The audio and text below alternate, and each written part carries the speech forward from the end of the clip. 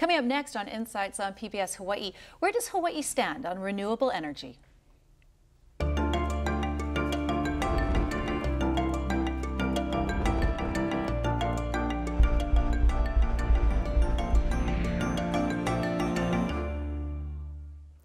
Aloha and welcome to Insights on PBS Hawaii. I'm Malia Mattoch. Hawaii residents pay the highest electricity rates in the nation, but with our bountiful ocean, trade winds, geothermal resources, and year-round sunshine, we can generate our own power and reduce our dependence on fossil fuel and the price fluctuations that come with it. Under the Hawaii Clean Energy Initiative, 40% of our energy must be from renewable resources by 2030. What are we doing to reach this target? Where does Hawaii stand on renewable energy? We invite you to join our conversation by calling, emailing, or tweeting your questions and comments. Now to our panel. Scott Siu is the Vice President for Energy Resources and Operations at Hawaiian Electric Company. He is responsible for planning renewable energy contracting, deployment of new energy technologies, and operations on Oahu. Cynthia Thielen is a State of Hawaii representative for Kailua and Kaneohe Bay. She is the ranking member of the House Energy and Environmental Protection Committee.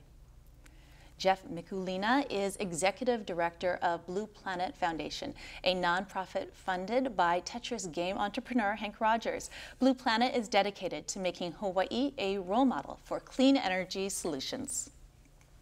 Leslie Cole Brooks is the Executive Director for the Hawaii Solar Energy Association. She is a lawyer with extensive experience in renewable energy policies and issues. Thank you all for being here. Definitely a very timely topic. A lot of this in the news this week. Thank you for joining us. Jeff, can we start with you? Could you tell us what is renewable energy? How do you define it? Sure, thanks, Melinda. I appreciate the opportunity to be on the show tonight.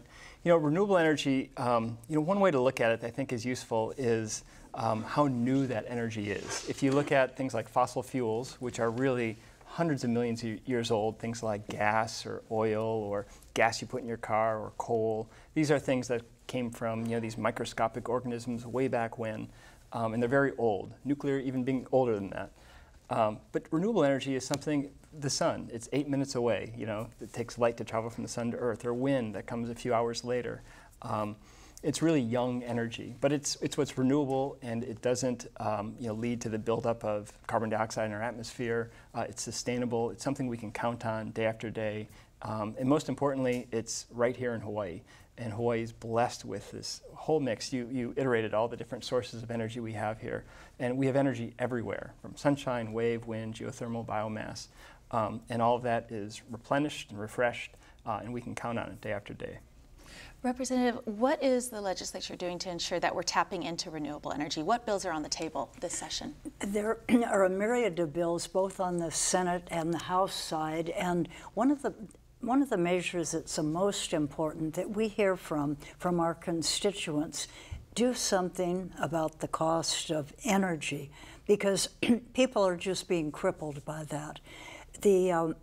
Also the thing that's, Scott, you've heard me say this again and again, that we need to allow people that are going to take out those loans that are very costly, but they're going to take out the loans to put in photovoltaic, because that will then bring their utility bill down to just a very modest amount, almost a minimal fee. They can't hook up.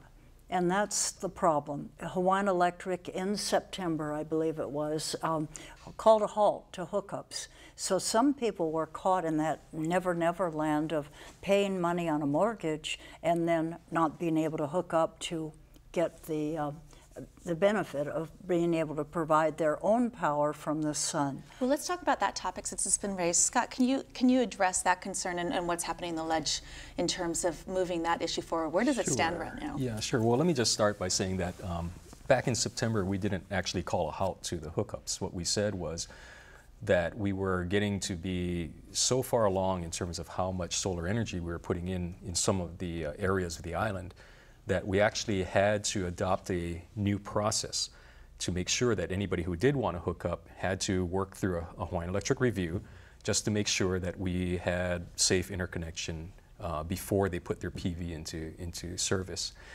The bill that Representative Thielen is talking about is House Bill 1943, is that right? 1943. and it addresses interconnection. It calls for the PUC to open up a new proceeding which would look at how do you improve the interconnection process. It also looks at what types of rate-making structures could provide more incentives for grid modernization, which would help further to be able to interconnect. Hawaiian Electric, a number of parties, we have differing opinions about how that PUC review should be done. But I think one thing is coming out in the various parties' testimony, which is that I think everybody wants to have that PUC review because there are so many technical and economic issues right now that are sort of floating out there, and it's very difficult for all the different stakeholders to really understand where is this going.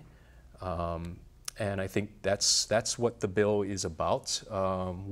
We obviously have some concerns about how the bill is structured, but I think that we do absolutely want to have that discussion, have the PUC take a look at these issues. Leslie, you represent the solar industry. What is your take on that bill? Well, I'm really glad to hear you say that. The interconnection is key right now because things have slowed significantly.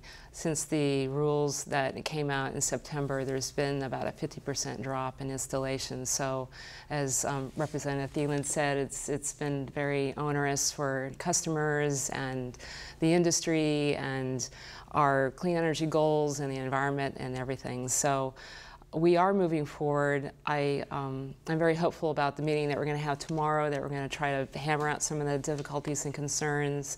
I think that it gets complicated because there are several dockets at the PUC right now. And what this bill does is it really puts a timeline on what's going to happen at the PUC because they're looking at the integrated resource plan, decoupling, feed-in tariff. There's a lot going on, but what happens is doesn't happen fast enough. And they're very complicated issues. And so this frames it and has a timeline. So, and for those out there who are watching this and wondering, well, when do I have a shot at trying to go ahead and get solar?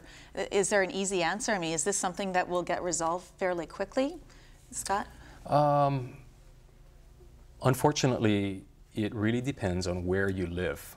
You know, the challenge that we have is that in a given neighborhood, depending on how much PV is already installed, that's where we start to see potential risks as far as from an electrical safety and reliability perspective. So what we are really faced with is that in some areas, there's still room to be, for PV to be approved and installed.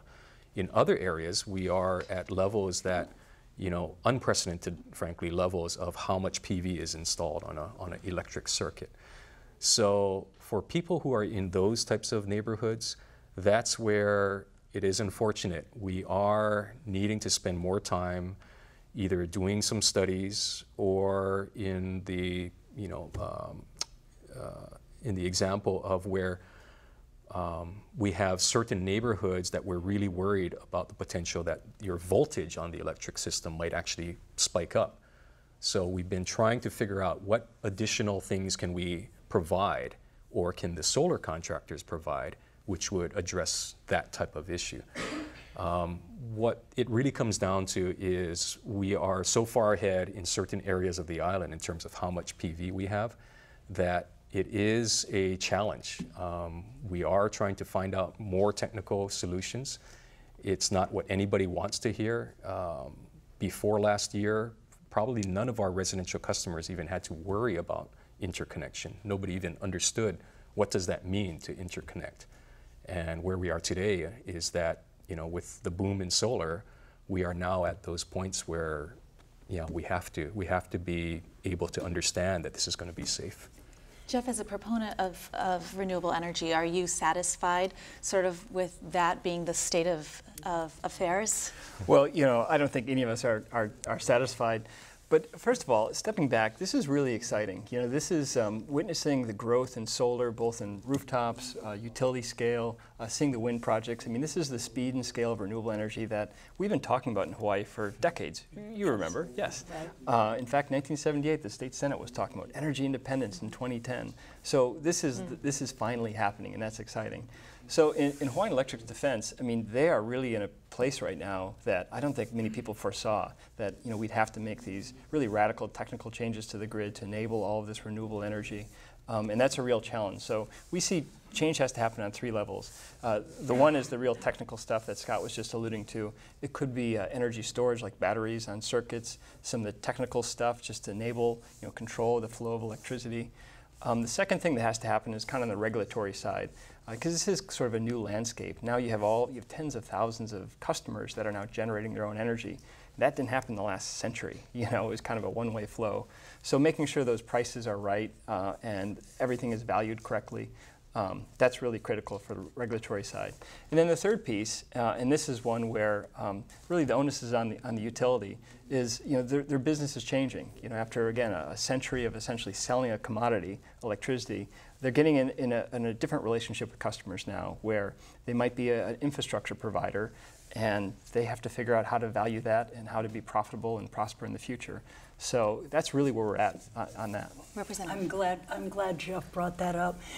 I've been talking to Scott about the concern that unless Hawaiian Electric looks at its 100-year-old corporate strategy, corporate policy, and reassesses that, they run the risk of ultimately going the way of a Blockbuster, where they become... Blockbuster Video, you mean? Blockbuster Video, where they used to be on practically every corner, and they're gone.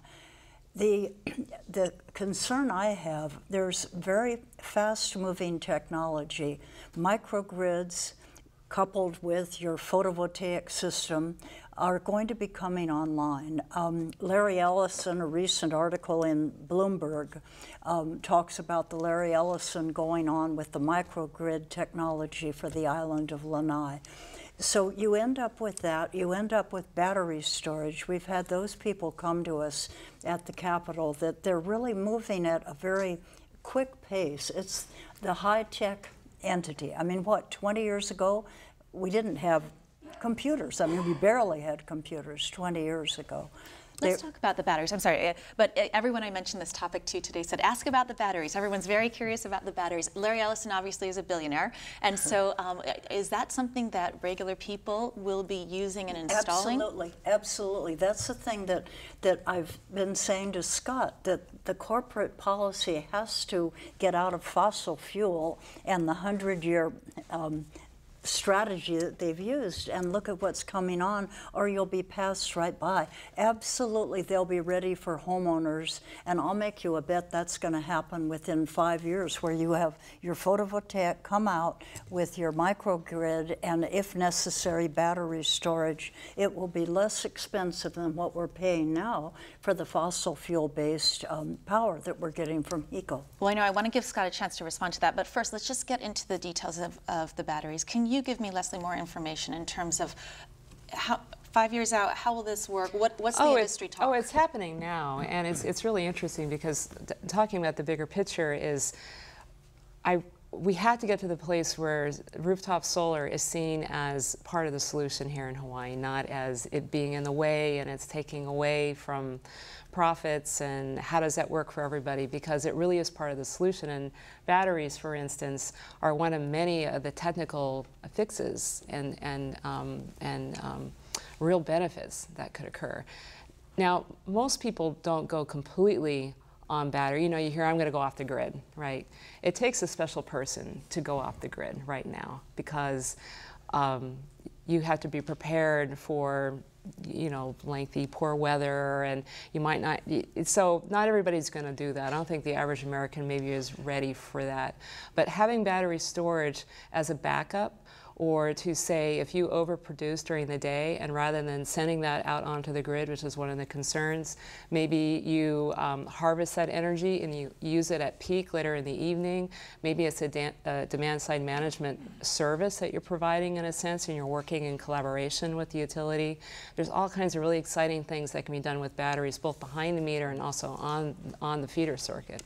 And they're getting much more inexpensive and reasonable. I mean, now if you might have to pay for an upgrade that costs, say, $8,000, well, customers might choose to do a battery instead. So you don't have to be a mad scientist anymore to have a battery in your garage. You know, it's very, very doable. So it's really interesting. It's not the solution, it's one of the many solutions that are out there. So. But if some homeowners are right now being barred from having solar, is HECO going to embrace homeowners bringing batteries on? You know, let me back up a bit. Okay. You know, actually, I think this is actually a discussion that it's almost unanimous that everybody sees the evolution of this electric system, and it's happening. It's changing no matter what. It's no matter what any entity tries to do, it's going to happen because technology is actually evolving. So when we think about things like energy storage, you know, we're looking at storage at the homeowners' locations, which is what we've been talking about just now. We're also looking at storage to actually work as if it were, rather than a power plant, you have an energy storage plant on our grid. And you have a combination of distributed storage at customers' locations, distributed storage at a substation, maybe a central, larger storage facility. What storage can really do for you is a number of different things. It can help to stabilize the output of some of these more fluctuating types of energy sources. It can help to absorb some extra electricity that you just don't have a use for at that given moment. It can provide a means of being able to actually provide that extra jolt of electricity that you need to keep things in balance. Storage can come in the form of a battery pack at a customer's location. It can come from an electric vehicle, where really I think everybody's anxiously looking forward to the day when we have electric vehicles able to do that. And getting back to my point, if right now homeowners are not able to serve access solar because of some of the utilities' concerns, will batteries be welcomed by HECO, and will you encourage homeowners to go ahead and explore that technology? You know, energy storage, if done right, can actually help a lot in terms of being able to smooth the output and also be perhaps a buffer to the utility grid. So depending on how you design and use that battery, it can actually provide a lot of help to deal with some of the issues. With your technical issues. Now, it's not, like Leslie was saying, it's not a save-all silver bullet for every issue, though. And depending, you know, I've seen some of the ads for some of the batteries, and it seems as if some of the batteries are intended to do that type of a function. Other batteries are more for, you know, almost like going off-grid and operating independently. So from our perspective, the most important thing is that when a customer considers a battery, that they understand what is the purpose of the battery. And when we're looking at the battery, above all, we want to make sure that it's a safe connection and it's not going to, you know, just cause even more risk to the customer. All right, let's get to some of the questions. I'm sure we'll get back to batteries as the questions come in. From Daryl in Makakilo, is the PUC capable of reforming the electrical system? Jeff, may I direct that at you? Well, Thank you. understand that, I mean, the Public Utilities Commission, which is also a century-old institution, 1913 it was founded in Hawaii. I mean, their role is really regulating, you know, the utility, and they have a kind of a regulatory compact which says, you know, HECO, you have a monopoly, a natural monopoly they do, and you have a right to make a certain return, but you're obligated to provide power for everyone. And throughout history, they've just kind of been playing the judge and making sure the rates are fair, and you know, it's been the customers and the utility. That's been their traditional. And now? Now it's a whole new world. Now it's a different landscape. Are they capable? Sure they're capable. I mean, they're really going to have to tap into some of the best knowledge out there because Hawaii is at the cutting edge of all of these issues. We're really out front. I mean, no one has this high percentage of renewables on small island grids, and that's what's special about Hawaii is we're not like the mainland where we're plugged into this large continental system. You know, Lanai and Molokai and Maui, we're all separate, so it's even more difficult with these high penetration limits. You know, the folks that are there now, I think we have some really good people. Their challenge, one of the challenges is just getting the talent in that organization. It's a state organization, so well, and the you know. utility steals people. Well, people right, go where right? yeah. Isn't that what happens? Yeah. So to answer the question, little bit of Well, a that's strong strong. term. That's strong. I'm But sorry, there's a can I connection retract there, that? right? Yeah, you. Cynthia, are you satisfied in terms of what the PUC is doing? What would you like to see? No, okay, but I think it's not a lack of trying. I think it really is. It's a technical people that are needed there and needed to stay there, not just come and be sort of a pass-through to Hawaiian Electric or wherever else they would move on. So it's in some ways, it's a little bit of the being able to help them. They don't even have the physical space to house the people that they need to put in there at this point. So we've kind of tied their hands in some way, and that's the legislature's responsibility. So what needs to change? Funding and space, adequate office space for them to be housed and do their work. And is that something that's being talked about at the Ledge this session? I think it can. Actually, there's a bill today to allow them to increase their limit from the PUC special fund, which is actually paid in by Hawaiian Electric. They should receive all of that money.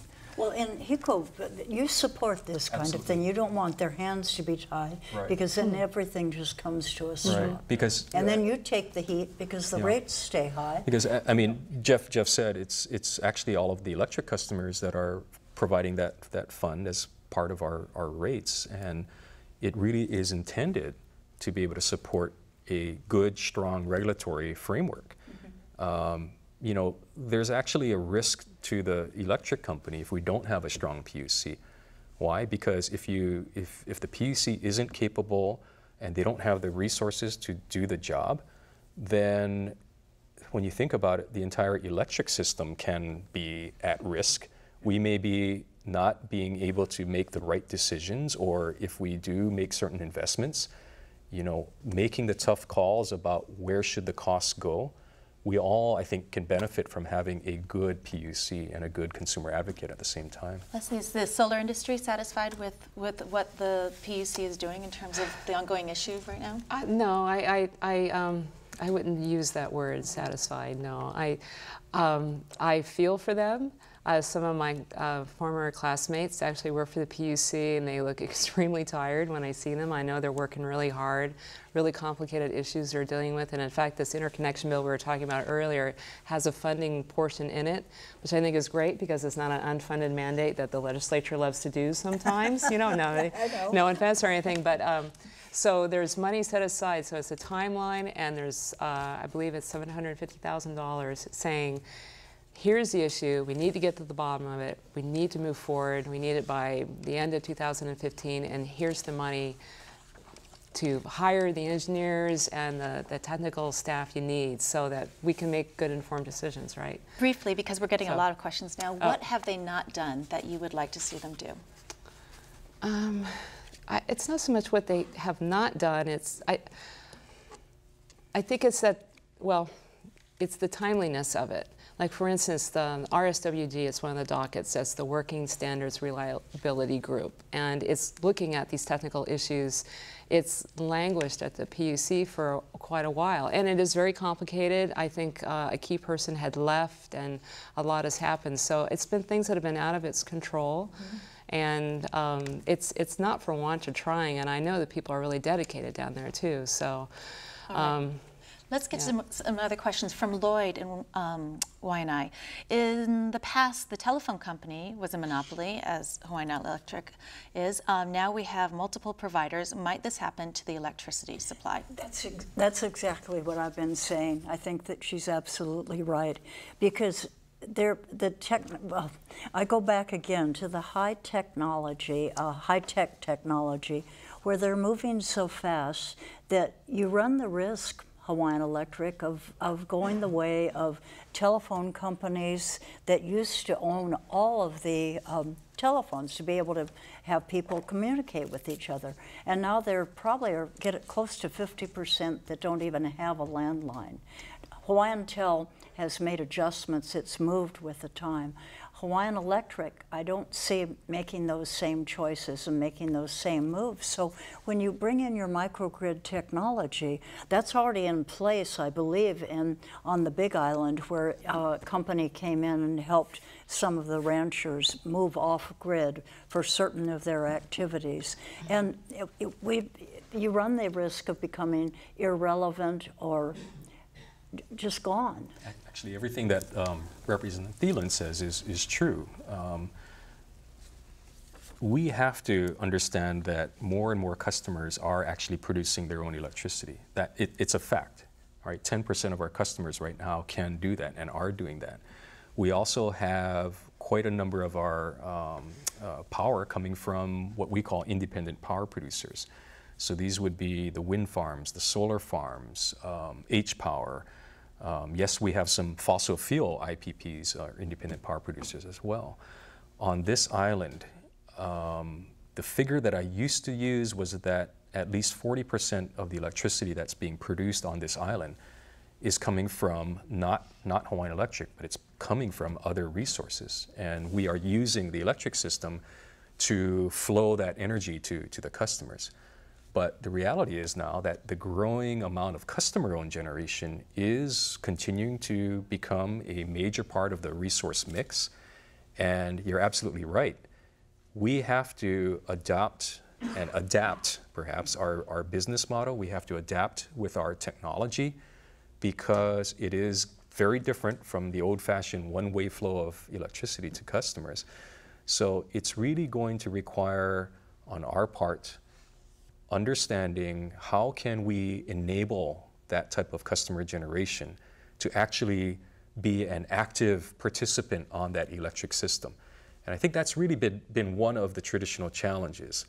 When we have a wind farm, for example, or even a solar farm, we will be able to work with those developers and they will be able to install the controls and monitoring devices. And, you know, actually we have to be able to have some form of control. As I look at 200 megawatts of, you know, all of the rooftop solar in our island, 200 megawatts is more than the biggest power plant, AES, on this island. And on a given day, our system, my control guys who are right now sitting in our control room, when the morning sun comes up, they're not sure what that rooftop solar power plant is going to plan to do that day. And we have to be able to, you know, get that rooftop solar to be valued because it is providing value. We also want to get that rooftop solar to be able to be a more active player as part of this electric system. So it's going to require investment on our part, and also I think, you know, getting back to the PUC, they have the challenge of we are transforming this electric system. We're transforming the framework, and the PUC is right at the thick of it. They've got to readdress policies. They've got to readdress our programs. We've got to readdress our technology. And I think a lot of us have spoken about the relationship that we have with our customers. I'm a customer. Every one of the Hawaiian Electric employees, we're all our own customers. Some of us have PV, some of us don't. And we are going to have to understand that it's not just about getting electricity from Hawaiian Electric anymore. And we have to understand that we actually have to contribute some in terms of the behavior of our own homes. But right now, and correct me if I'm wrong, it would seem as if the perception amongst a lot of residents of Hawaii is that Hawaiian Electric is standing in the way of their having the option of getting that PV and that solar option. How do you turn that around? How do you convince the residents of Hawaii that you stand behind the choice for renewable energy? Yeah, you know, it's the way I explain it is this, because I think really a lot of folks don't appreciate what it means to be an electric grid and to operate an electric system. I often will tell people that if you think about the electric system as a living, breathing animal, what does that mean? It means that whenever you turn on your light switch, you are asking the electric grid to produce a little bit more electricity at that moment. So that means that somewhere out there on that electric system, some generator has to increase its production just a little bit. If I turn off the light switch, that means that somewhere out there, a generator has to reduce its output by just that little bit. It's a real-time system, and everything has to be in perfect balance in terms of how much electricity is being produced and how much electricity is being consumed at that moment. So when people say, you know, are you folks making these things up in terms of technical challenges.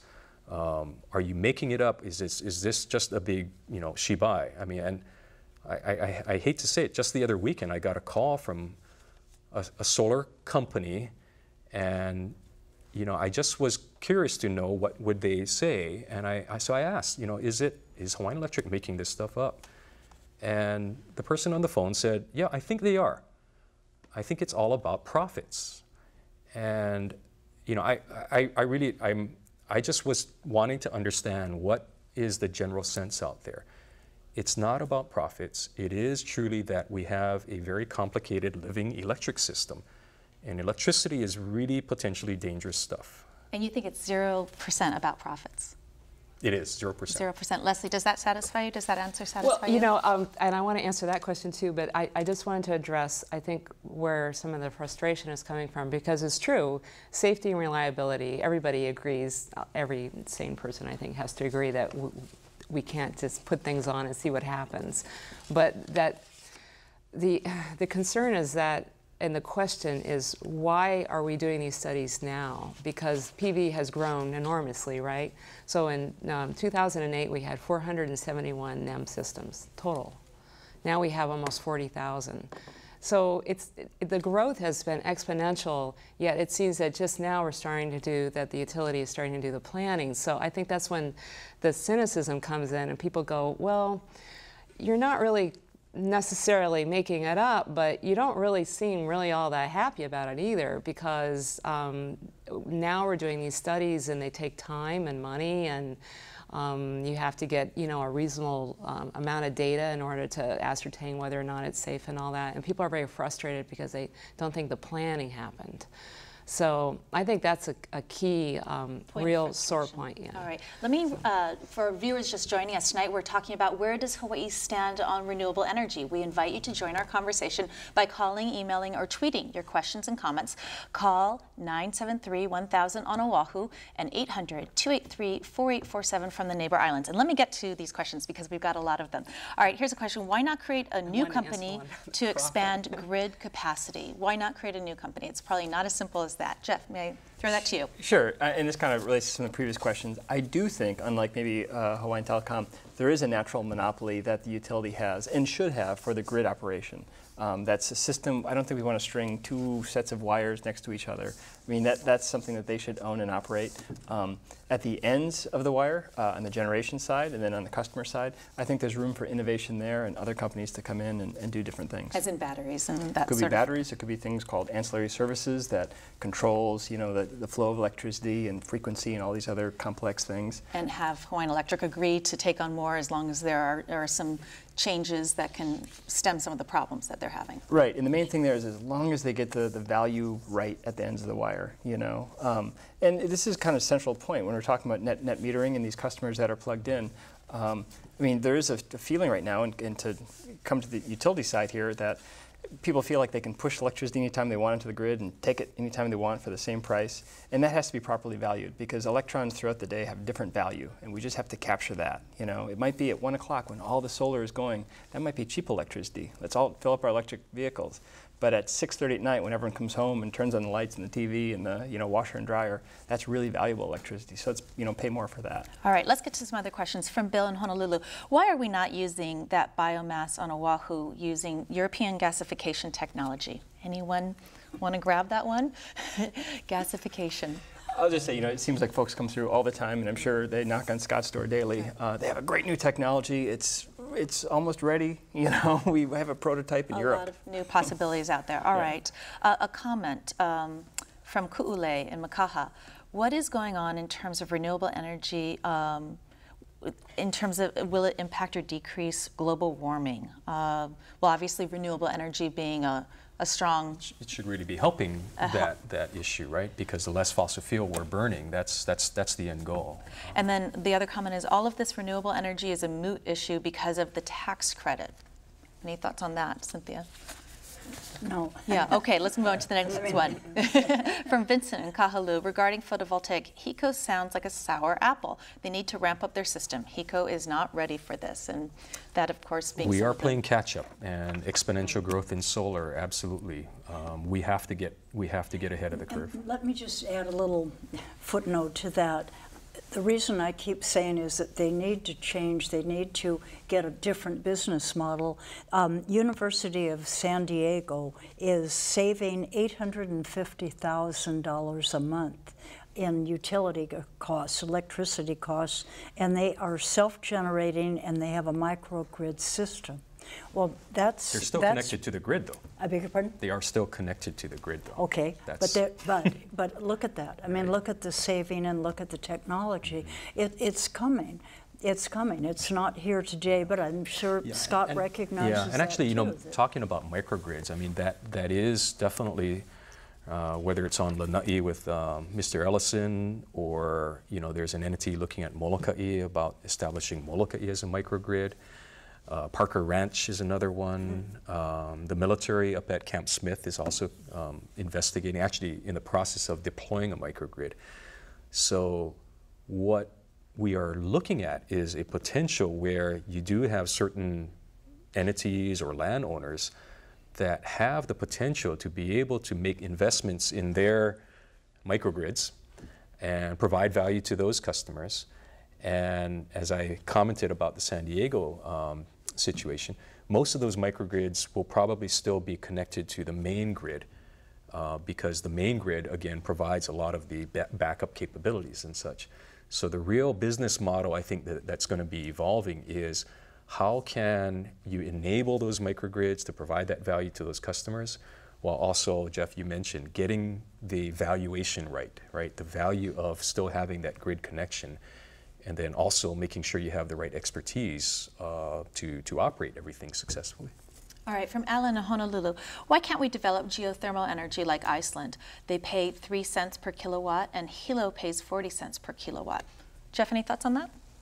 You know, there's some what they call requests for proposals out on the Big Island looking at new geothermal, but we should. That's such a great resource on Big Island. There's actually looking at some possibly on Maui as well. I think some people were talking about Oahu, but we don't know if that's possible. But geothermal on the Big Island is a no-brainer, and perhaps Scott can mention where some of that is at in the process. Right. I can only really share the official information about the RFP. So Hawaii Electric Light is going through the process of an RFP for new geothermal. They initiated that process last year. They did receive a number of bids. They've been working their way through evaluating those bids. And perhaps that's about all I can share at this moment. But absolutely, I mean, the potential of geothermal being a good, cheap, firm, renewable resource. That's really what the end goal there is. And speaking of good, firm, renewable resource, wave energy. Right. And my passion, when you take a look at that we're one of the, I think, second best place in the world with wave energy power and available, and you don't use up your land mass. The Marine Corps Base Hawaii is deploying another wave energy converter, and it may be next month that it goes into the water during the appropriate time. I believe, Scott, it was Robbie Alm that told me wave energy is a firm power because you use the NOAA satellites to give you the information when the wave climate will change, and you get that information 24 or 48 hours off. Then the utility can make its adjustments. So we are surrounded by a firm power. So this is a question of Robbins from Lanai, just that since we are an island state, why don't we get more renewable energy from the water, which is all around us and will be here forever? Why hasn't that happened yet? That's a brilliant question. I thank the person that called it in. It should have happened. Unfortunately, the one that Maui Electric was involved with, Ocean Links, a very good system off of Maui.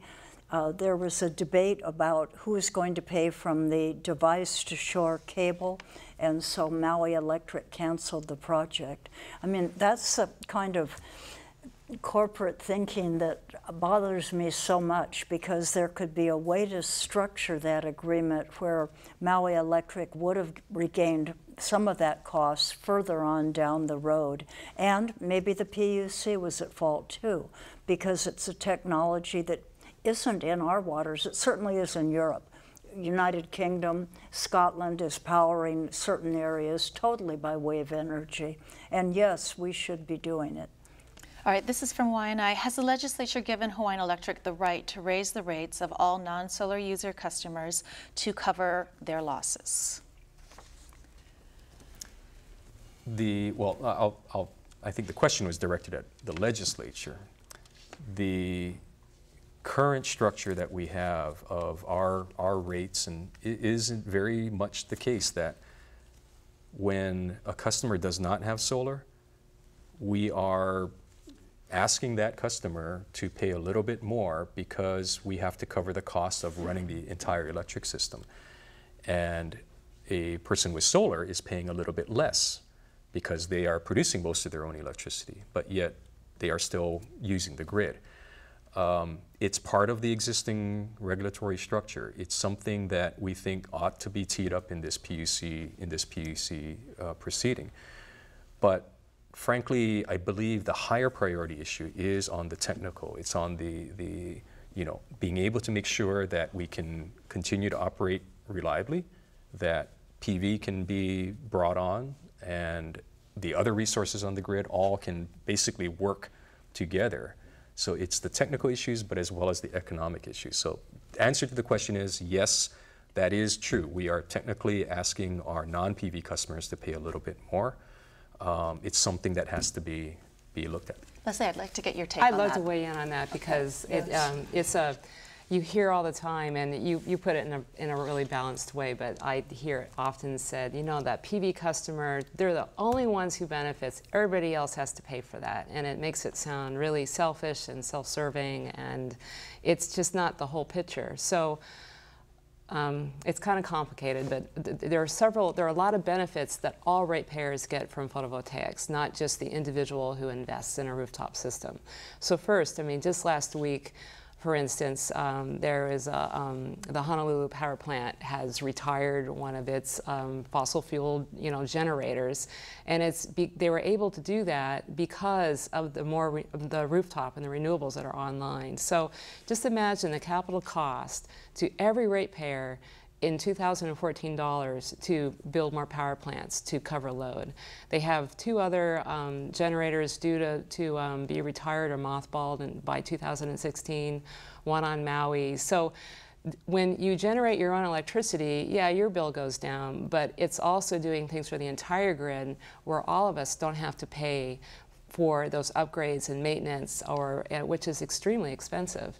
Plus, I suppose in fairness to the solar industry, it does also provide a lot of jobs, and quite a few people have lost their jobs in the last few months. But the other thing is the environmental benefits too, and I think it's a shame that the externalities, I know that's a big thing for the planet, at least there isn't a price tag there. So the previous questioner asked about that, and right now with the NEM systems, the rooftop solar we have, is something like 700,000 barrels of oil a year that is not burned in Hawaii because of the rooftop solar. Now, how can that not be a benefit to everybody? And then there's the jobs, right? There's the jobs for people living and working here. There's the money that stays here that we don't send out to oil-producing countries that probably don't have environmental or political or possibly, agendas that we really, truly support. And that's all kept here in the state, plus the stability of knowing that we have an electrical grid that we can count upon. So when I hear, actually the latest NEM report just came out, and I did the calculation for Oahu, which was a little higher, and it's costing customers about another, I think it was 62 cents a week for the power that is being produced by rooftop solar.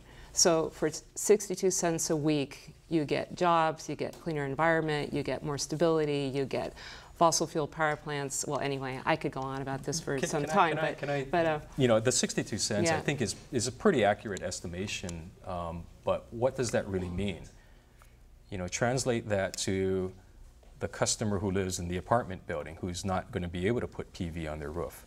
that customer is the one who is paying that extra 62 cents a week But what would they to pay be able if they to had to cover pay the for costs power that the plant PV. to be built? Well, let me address that other you one know, too, I mean, because that must the be rooftop significant, solar, right? the rooftop solar is not what allowed us to retire the Honolulu power plant. The power plant was there, and we plan how many power plants we need to be able to cover the peak load of the day. Actually, the peak load happens in the evening here. So at nighttime, when solar is not producing, we still have, that's the highest amount of electricity that all of our customers are using. It happens in the nighttime. So as we have seen energy efficiency come in, that has done more than anything to be able to reduce that peak. So our ability to retire the old power plants is because, you know, we don't need that extra generating capacity. And why not retire it? You know, it's an old plant, less efficient. So I just want to make clear that solar does provide value, but there are also questions of the programs that we have for solar. The rooftop net energy metering program, it was purposely set up to be able to provide subsidies and flexibility to the customers. That was how it was structured, we knew that going in. When you compare that to, for example, a solar farm, which is selling electricity to the utility, we are providing the benefits of that solar farm to all of the customers, so we don't have that same issue. We're in our final 10 minutes, so if I may, there are so many questions. I really would like to get to them, and there are a lot of questions on solar, but let's get to a few non-solar. From Bob and Pahoa, panel needs to be addressing the issue of cost. How do we bring the cost of electricity down to 20 cents per kilowatt hour, regardless of the type of technology used? Why is the panel focusing their discussion so much on PV alone? Because it is a hot topic this week, but we'll get to the others. The Northwest uses hydropower, and customers are paying 7 cents per kilowatt hour. All right, your thoughts on that? I would say wave energy is a natural, and it brings in the power to the grid at a very reasonable price. So I would say it's the lack of commitment and leadership, and I think I couldn't have received a more disappointing message from MECO via HECO that you were canceling the wave energy project after the company had been in the works for that for years. So you'd like to see waves. Jeff, what would you like to see? You know, we're seeing some contracts that might be at 15 cents, 16 cents. So we're going to stabilize rates and get them down there as we add more low-cost renewables, wind energy getting cheaper and cheaper, then just getting that modern grid that we need to plug everything in. I think we can see rates that are starting to approach that number. All right, from Joyce in Haiku, Maui. I live on Maui. There's a plan or proposal to run a cable from Oahu, since Oahu has an overabundance of resources. Why does Oahu want energy from the outside islands? And there have been quite a few questions about the underwater cable. What is everyone's stance on that? Our stance is that we ought to go to the market.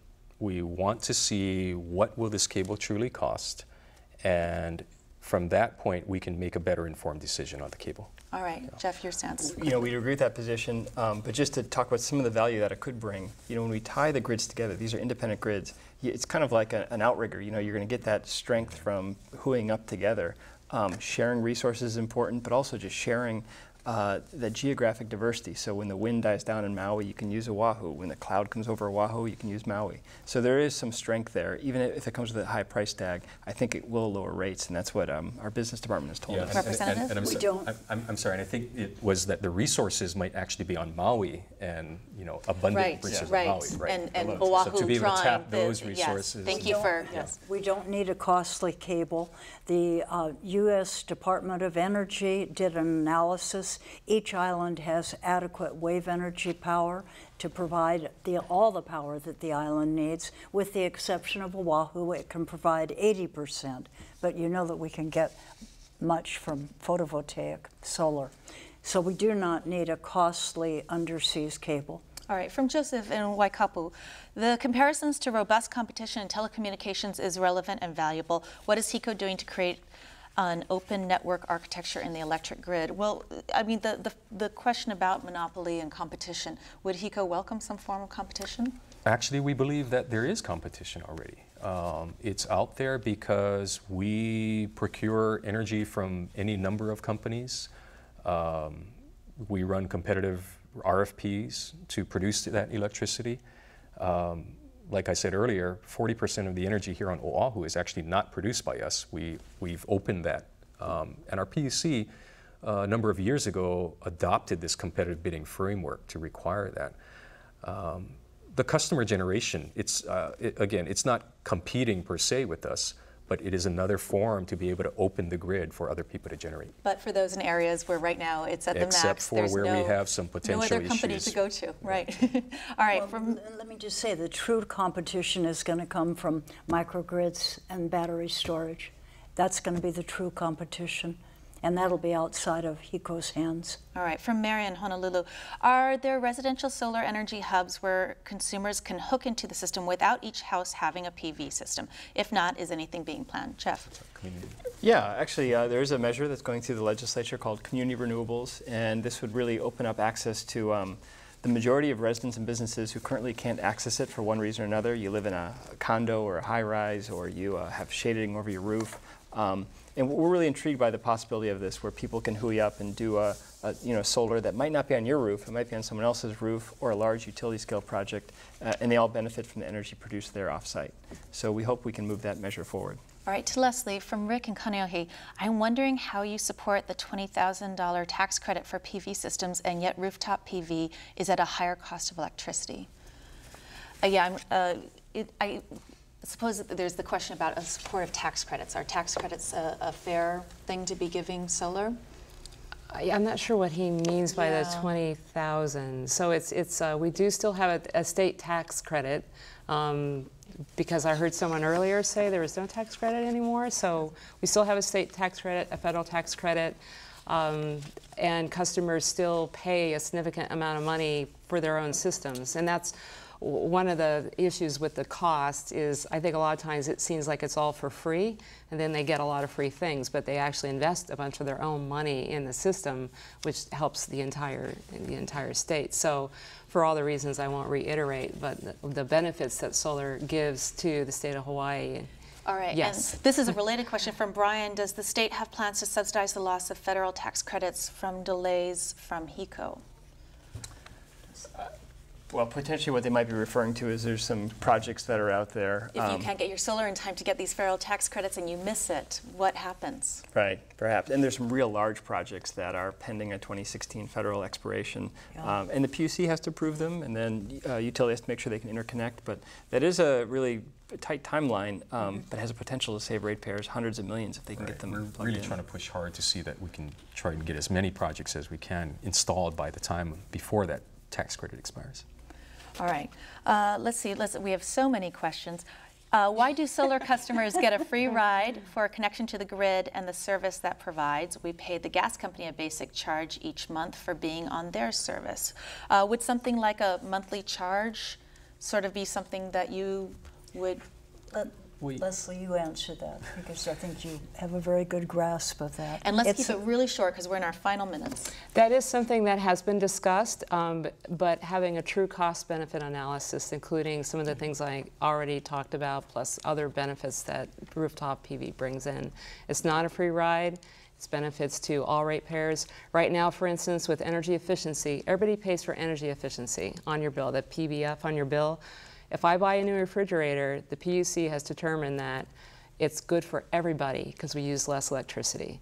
So it's not a free ride, it's a benefit to all ratepayers. In different ways, should there be a fee or a cost or something, I think that will come up. I think exactly, that's what the PUC but, wants to you know, do. what should it be? True value and let's what look should at the whole cost be? picture. And I think that's part of the problem, is that it hasn't been discussed. All right, this may be our thoroughly. final question from Mahi and Kalihi. When is it envisioned that Oahu will be 100% free of fossil fuel? Scott, may I start with you? Sure. Well, actually, there is another bill that's going through the ledge right now, which would extend the goals for renewable energy here in Hawaii. And I think it's proposed that by the year 2050, there would be a 100% renewables. 2181. So, you know, we support, you know, setting goals beyond 2030. We really need to see that renewable energy, they'll be able to push people's bills down. So we want that 100% clean energy.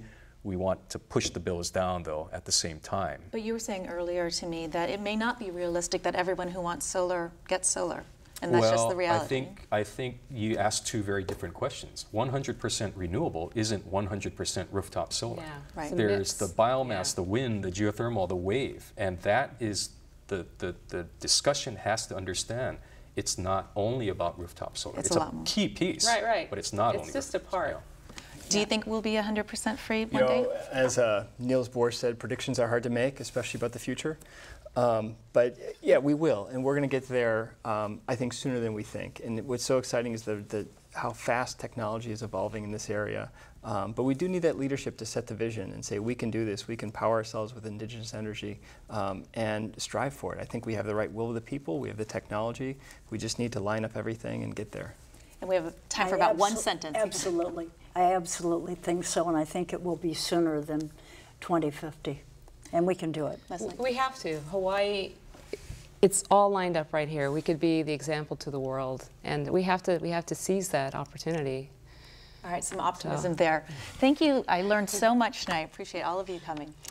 Next time on Insights, the Hawaiian language is flourishing after nearly dying out 30 years ago. It is also recognized as the state's official language along with English in our state constitution. Are we doing enough to preserve our native Hawaiian language? What are some of the lessons of the past that we can learn from? On the next Insights on PBS Hawaii, what role does the Hawaiian language play in our state? That's next time on Insights on PBS Hawaii. I'm Malia Mattoch. A hui hou.